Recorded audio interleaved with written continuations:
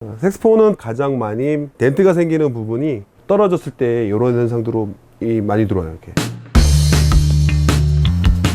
자, 얘를 피에 올리는 거예요. 올리는 거.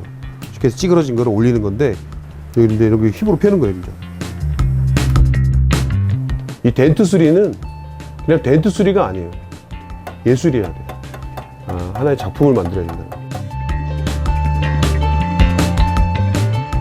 100% 복원은 안 되지만은 거의 99%까지는 복원할 수 있게끔은 기술이 필요한 거죠.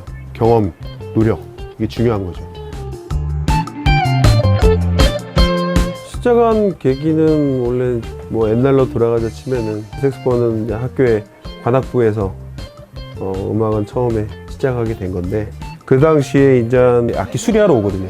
아저씨가 이제 고장난 악기를 수리해 줌으로써 소리가 잘 남으로써 그거에 좀 매력을 느꼈죠. 그래서 그분한테 학교 졸업하고 가서 수리 배우러 들어가게 되면은 수리 가르쳐 주실 거죠. 흔쾌히 대답하시더라고요. 그냥 오라고. 안 올 줄 알았나 봐요. 진짜로 가니까 좋아하시더라고요. 단 월급은 없다. 이게 내가 초창기 때 만들었었던. 잘 보면 이게 어디서 많이 본 것 같지 않아요? 핀셋. 그렇죠. 좀 더 업그레이드 한 게 제가 그 다음에 만든 것들, 이런 것들. 그런 공부에 대한 공부를 많이 했죠. 외국에서 파는 기성품을 좀 더 업그레이드해서 제가 새로 디자인해서 만든 거예요. 좀 더 깔끔하게 거의 표시 안 나게끔 수리하기 위해서 만들죠, 공구를.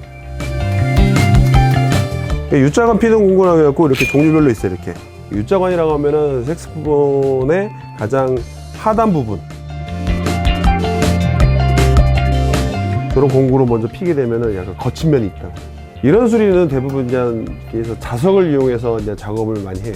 어떻게 하면 이 부분을 더 섬세하게 잘 필 수 있을까가 구상한 게 자석이었거든요. 얘를 놓고 그냥 문지른다고 해서 다 되는 게 아니거든요. 이 자석이 이 쇠구슬을 잡아당겨야 돼요. 내 몸 쪽으로 잡아당기면서 작업을 해야 돼요. 근데 거친 면이 다 없어진 거죠, 라운드가. 네, 깔끔하게. 이 자석이 맞는 건 아니에요. 이 부분만큼만 가능한 부분인지.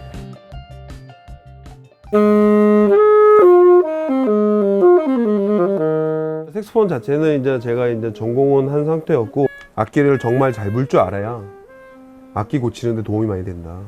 그러니까 소리를 낼 줄 모르면은 아무래도 고치고 나서도 이게 정말 내가 제대로 고친 건지를 분간을 못 하잖아요. 근데 이런 자세에서는 소리 자체가 먹혀 들어간다고.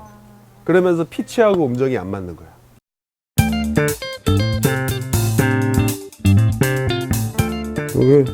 여기 작아도 콜콜하는 건데 여기에 떨어지게 되면은 제 음이 안 나와요. 그 소리는 나는데 뭔가 답답하게. 지금 여기에 있는 게 이제 패드들이. 요게 이제 악기 키에 이제 들어가는 부분이라고 보시면 돼요. 이렇게 이 키 안에 이 부품이 이제 온도라든지 습기라든지 이런 거에 변형이 오기 때문에 주기적인 점검 많이 필요한 거죠. 우리가 한 달에 악기 수리 한 1000대 하면은 1000대는 못 하겠다. 1000대 안 되겠다. 한 500대? 저 생수통 있잖아, 저 생수통. 저게 그 패드라는 거예요. 이걸 교환한 거예요, 이렇게. 그러니까 오래돼서 못 쓰는 거를. 덴트라든지 이제 피는 기술, 이제 용접하는 기술만큼은 이제 굉장히 어려운 기술이거든요. 근데 이제 아무래도 기술 배운다는 게 그렇게 쉬운 건 아니니까 저도 이제 굉장히 노력을 많이 한 거죠. 내가 고쳐놓고 내가 불었을 때 느끼는 감정. 이거는 내가 정말 100% 만족한 경우는 이거는 100% 손님도 만족하거든요. 내가 느껴야만이 그 손님도 느끼는 거니까.